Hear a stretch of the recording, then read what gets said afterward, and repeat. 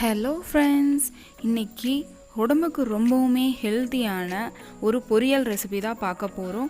கொத்தவரங்காய் பொரியல் எப்படி செய்கிறதுன்னு பார்க்க போகிறோம். வாங்க பார்க்கலாம்.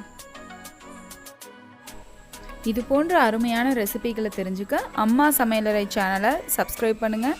அப்படியே அந்த பெல் ஐக்கானையும் கிளிக் பண்ணுங்கள். தேவையான பொருட்கள் என்னென்னு அளவுகளோடு மென்ஷன் பண்ணியிருக்கேன். இப்போது அடுப்பில் ஒரு கடாய் வச்சு அதில் 3 டீஸ்பூன் ஆயில் சேர்த்திக்கலாம். ஆயில் நல்லா சூடானதுமே 1/2 டீஸ்பூன் அளவுக்கு கடுகு சேர்த்திக்கலாம்.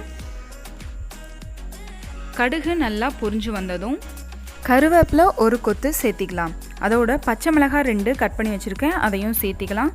ஒரு பெரிய வெங்காயம் நல்லா ஸ்லைஸாக கட் பண்ணி வச்சுருக்கேன், அதையும் சேர்த்திக்கலாம். இது எல்லாத்தையுமே நல்லா வணக்கணும். வெங்காயம் நல்லா பொன்னிறம் வர வரைக்கும் நல்லா வணக்கி எடுத்துக்கலாம். இப்போ பாருங்கள், வெங்காயம் நல்லா வதங்கிடுச்சு. இப்போது கொத்தவரங்காயை நல்லா பொடி பொடியாக கட் பண்ணி நல்லா வாஷ் பண்ணி எடுத்து வச்சுருக்கேன், அதை சேர்த்திக்கலாம். இதோட 1/2 டீஸ்பூன் அளவுக்கு மஞ்சத்தூள், தேவையான அளவுக்கு உப்பு சேர்த்தி நல்லா மிக்ஸ் பண்ணி விட்டுடலாம். இப்படியே ஒரு 2 நிமிஷம் இது நல்லா வேகணும்.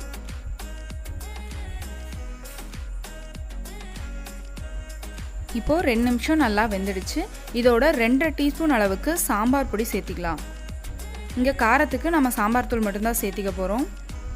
காரம் இன்னும் வேணும் அப்படிங்கிறவங்க மிளகாய் தூள் கூட 1/2 ஸ்பூன் சேர்த்திக்கலாம். நல்லா ஒரு நிமிஷம் நல்லா வணக்கி விட்டுக்கோங்க.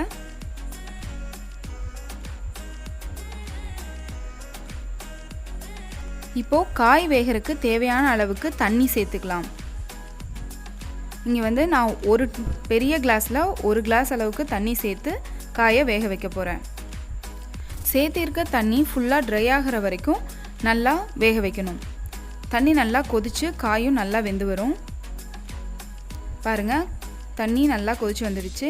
இந்த தண்ணி ஃபுல்லாக ட்ரை ஆகிற வரைக்கும் காயை வேக வைக்கணும்.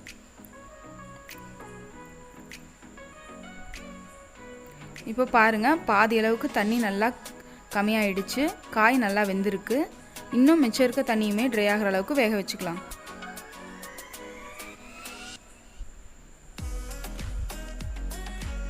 இப்போது 1 கப் தேங்காய் நான் எடுத்து வச்சுருக்கேன், அதையும் சேர்த்து நல்லா கிளறி இறக்கிக்கலாம். ரொம்பவுமே சத்தான கொத்தவரங்காய் பொரியல் ரெசிபி ரெடி ஆகிடுச்சு. இது சாதத்து கூட சேர்த்து சாப்பிட்டா ரொம்பவுமே சூப்பராக இருக்கும்.